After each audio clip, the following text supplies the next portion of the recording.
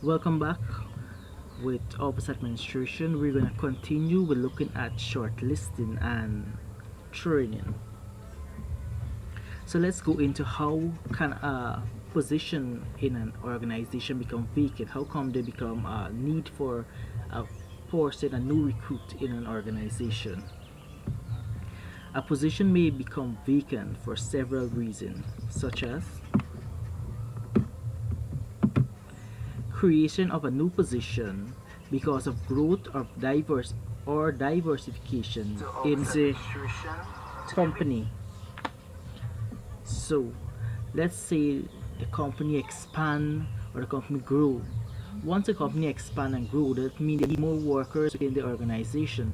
So therefore, logically or more obviously, they will need more workers. So they need to advertise the vacancy for more workers or recruit more workers. The next reason could be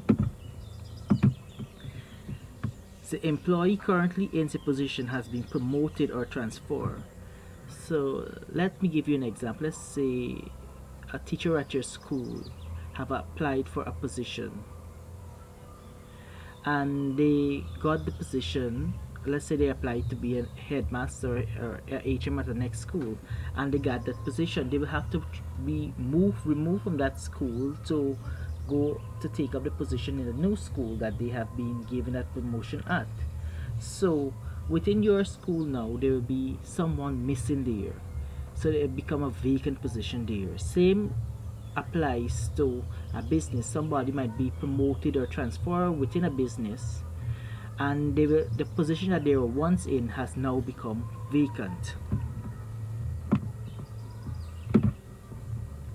Another reason, the employee who held the position has retired, has been dismissed, resigned, or may have died.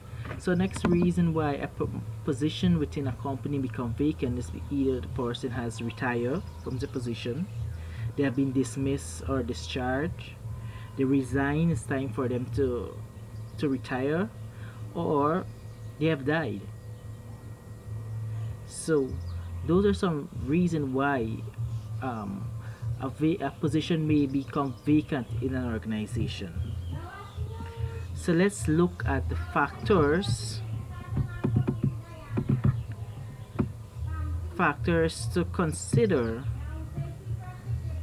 when shortlisting applicants. So the first one we have to look at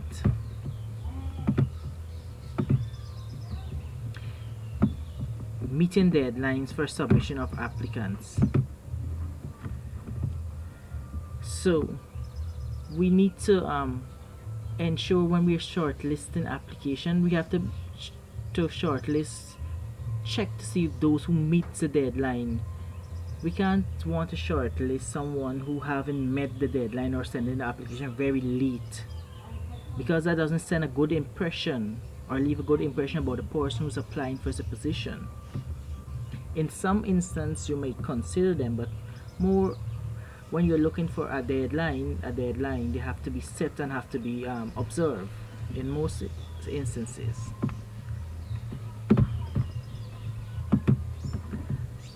Quantity and presentation of information on applicant, example spelling and grammar. So when you're also shortlisting an applicant, you check for the spelling and grammar, because you want the best to be working in your organization.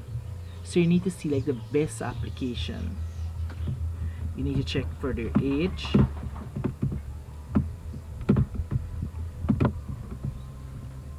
qualification, skills and training, related work experience, how many work experience they have in the related field, availability for employment when required. So if they are given the position, will they be able to take up the position or work with a time frame. Recommendation, a person who recommend the applicant for the job, if the source is good source or you could trust the source. Application career objective with respect to the job. So you need to know that when you're hiring someone, you need to know what is their objective or the goal relating to the job. You don't want to hire a cook who's gonna say next year I'm planning to be a doctor. You will know that their focus is not really on being a cook.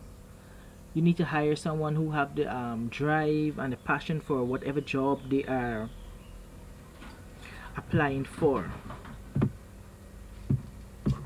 So let's look at shortlisting. What really is shortlisting? Shortlisting